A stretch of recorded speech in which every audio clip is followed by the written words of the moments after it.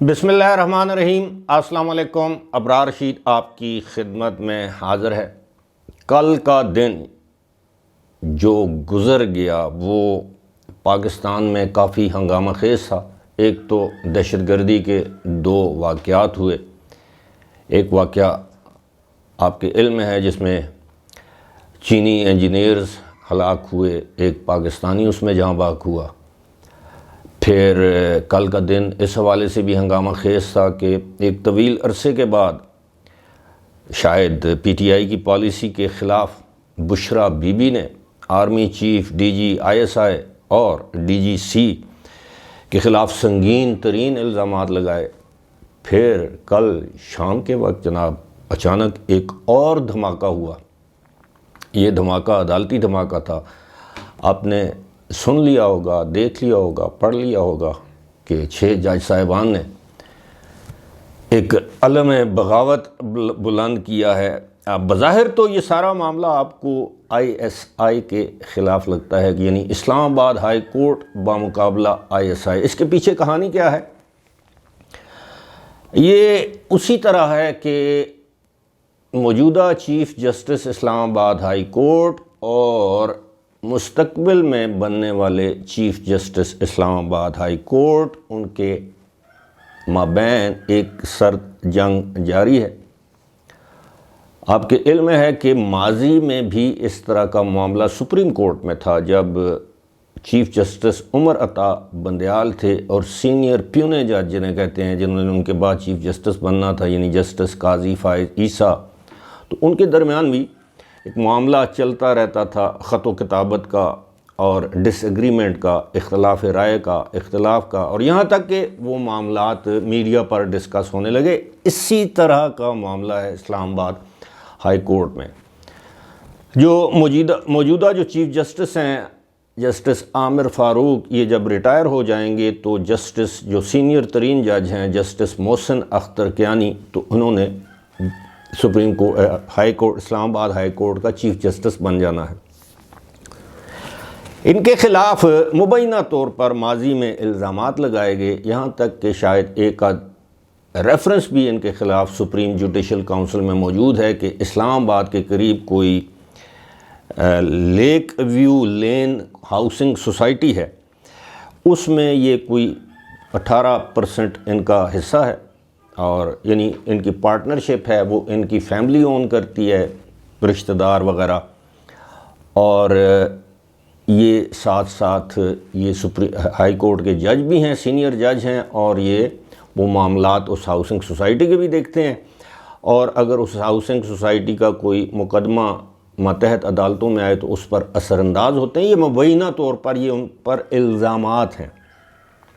اور یہ مس کنڈکٹ کے مرتکب ہوئے ہیں وغیرہ وغیرہ، اور ہاؤسنگ سوسائٹی نے کچھ سرکاری اراضی پر قبضہ کر رکھا ہے۔ یہ اگر آپ کو یاد ہو تو سپریم کورٹ کے ایک جج تھے مظاہر علی اکبر نقوی، ان پر بھی یہی الزامات تھے کہ ان کے گھر کی پیمنٹ کسی ہاؤسنگ سوسائٹی نے کی تھی۔ اس طرح مس کنڈکٹ کے یا کرپشن کے الزامات آپ کہہ لیں، تو ان پر بھی یہ معاملہ چل رہا ہے۔ تو اب ایک اور بات یہ ہے کہ ہمیں معلوم ہے کہ ہماری یہ بدقسمتی ہے کہ ہماری عدالتیں اب واضح طور پر سیاسی لائنز پر تقسیم نظر آتی، پہلے بھی نظر آتی تھیں، اب بھی تقسیم واضح ہو گئی ہے۔ اب ان میں سے جسٹس محسن اختر کیانی وہ جج ہیں، جب آپ کو یاد ہوگا جب شوکت عزیز صدیقی نے الزامات لگائے تھے تو یہ اس وقت بھی ہائی کورٹ میں موجود تھے، انہوں نے کوئی خط نہیں لکھا لیکن خاموش رہے۔ پھر انہوں نے ملاقاتیں کی سابق چیف جسٹس عمر عطا بندیال سے، یہ ڈھکی چھپی باتیں نہیں ہیں، اس کا وہ اقرار بھی کر چکے ہیں۔ بہرحال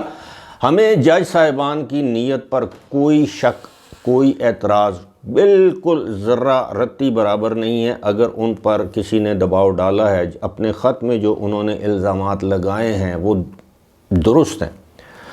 تو اس کی تحقیقات ہونی چاہیے، اور اس کے جو ملزمان ہیں، یہ کرنے والے، یعنی ان کے رشتہ داروں کو اغوا کرنے والے، ان پر دباؤ ڈالنے والے، چاہے وہ کسی بھی ادارے سے ہوں، یا ان کے گھروں میں بیڈ رومز میں کیمرے لگانے والے، ان کی گفتگو، نجی زندگی کی ریکارڈنگ کرنے والے، افراد کو کیفر کردار تک پہنچانا چاہیے، لیکن اس کی تحقیقات کون کرے گا جب ایک اعلیٰ عدلیہ کے 6 جج صاحبان، اب علم ہے کہ ابھی حال ہی میں ایک کیس چل رہا ہے، وہ جسٹس سابق چیف جسٹس ثاقب نثار کے بیٹے کا وہ عدالت میں ایک کیس ہے، اور وہ جسٹس بابر ستار سن رہے ہیں یہی آڈیو ریکارڈنگ اور آڈیو لیکس وغیرہ کا. تو یہ بجائے اس کے کہ سپریم جوڈیشل کونسل کے پاس جاتے، اچھا سپریم جوڈیشل کونسل جو ہے وہ ایک ادارہ ہے، وہ ججوں کے مس کانڈکٹ کے حوالے سے کہ کسی کو جج کے خلاف کوئی شکایت ہے وہ وہاں پر جاتا ہے، اس کی تحقیقات ہوتی ہیں، شکایت درست ہو اس جج کو نوکری سے برطرف کر دیا جاتا ہے، اگر شکایت غلط ہو تو شکایت کنندہ کے خلاف جو ہے وہ کارروائی کی جا سکتی ہے اور جج کو کلین چٹ مل جاتی ہے. لیکن یہ سپریم کورٹ میں ان کو جانا چاہیے تھا. لیکن اس کے ساتھ یہ بات بھی ہے کہ انہوں نے خود کیوں نہیں اس بات کی تحقیقات کا آغاز کیا کہ اسلام آباد کے اندر یہ سب کچھ ہو رہا ہے، تو جو ذمہ دار لوگ ہیں انہیں عدالت میں طلب کرتے. دنیا دیکھتی کہ ہاں جناب ججوں کو کون اس طرح دباؤ میں لا سکتا ہے یا کوشش کر رہا ہے ان کو ڈرانے دھمکانے کی. بہرحال اب یہ معاملہ جو ہے وہ سپریم کورٹ آف پاکستان میں چلا گیا ہے. میاں داؤد ایک سینئر وکیل ہیں، آپ کو یاد ہوگا کہ میاں داؤد وہی وکیل ہیں جنہوں نے سب سے پہلا ریفرنس جو ہے وہ جسٹس مظاہر علی اکبر نقوی کے خلاف سپریم جوڈیشل کونسل میں دائر کیا تھا. باقی ریفرنسز بعد میں آئے تھے، جو بار کونسلوں نے ریفرنسز دائر کیے تھے وہ بعد میں آئے تھے. سب سے پہلا ریفرنس میاں داؤد نے دائر کیا تھا. تو اب وہ چلے گئے سپریم کورٹ میں، انہوں نے پیٹیشن دائر کر دی ہے کہ جناب اس پر عدالت ایکشن لے سپریم کورٹ، اور اس پر یہ ہے کہ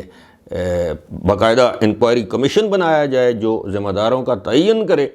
البتہ انہوں نے اپنی پیٹیشن میں یہ الزام لگایا کہ یہ پری میڈیٹیٹڈ تھا، یعنی ایک سوچی سمجھی، ایک اب میں سازش نہیں کہنا چاہیے، یعنی سوچے سمجھے منصوبے کے تحت یہ سب کچھ کیا گیا ہے. اب معاملہ یہ ہے کہ اب ان جج صاحبان نے ایک لحاظ سے خود اپنے آپ کو کٹہرے میں لا کر کھڑا کر دیا ہے، اور بظاہر ایسے لگتا ہے کہ ان سب جج صاحبان کا جھکاؤ ون وے اور the other P T I کی جانب ہے، اور وہی جیسے پہلے سپریم کورٹ میں ہوتا تھا. تو اب دوسرے لوگوں کا کیس ان کے پاس جائے گا تو وہ اعتراض کریں گے کہ جناب یہ تو دباؤ میں آنے والے جج ہیں، اس بات کی کیا گارنٹی ہے کہ اس مرتبہ یہ دباؤ میں نہیں آئیں گے، یا ان پر دباؤ ڈالا جا سکتا ہے، یہ اس شخص کا نام نہیں لے سکتے. تو کیا جب سپریم کورٹ میں ظاہر ہے یہ کارروائی تو ہوگی، اور میری تو خواہش ہوگی کہ فل کورٹ بیچ سے، یعنی سپریم کورٹ میں جتنے معزز جج صاحبان ہیں وہ سب کے سب بیٹھیں جس طرح پہلے ایک کیس میں بیٹھے تھے، اور اس کی لائیو کارروائی ہونی چاہیے، اور ان جج صاحبان سے پوچھنا چاہیے کہ جی آپ بتائیں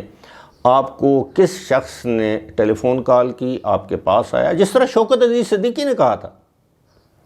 کہ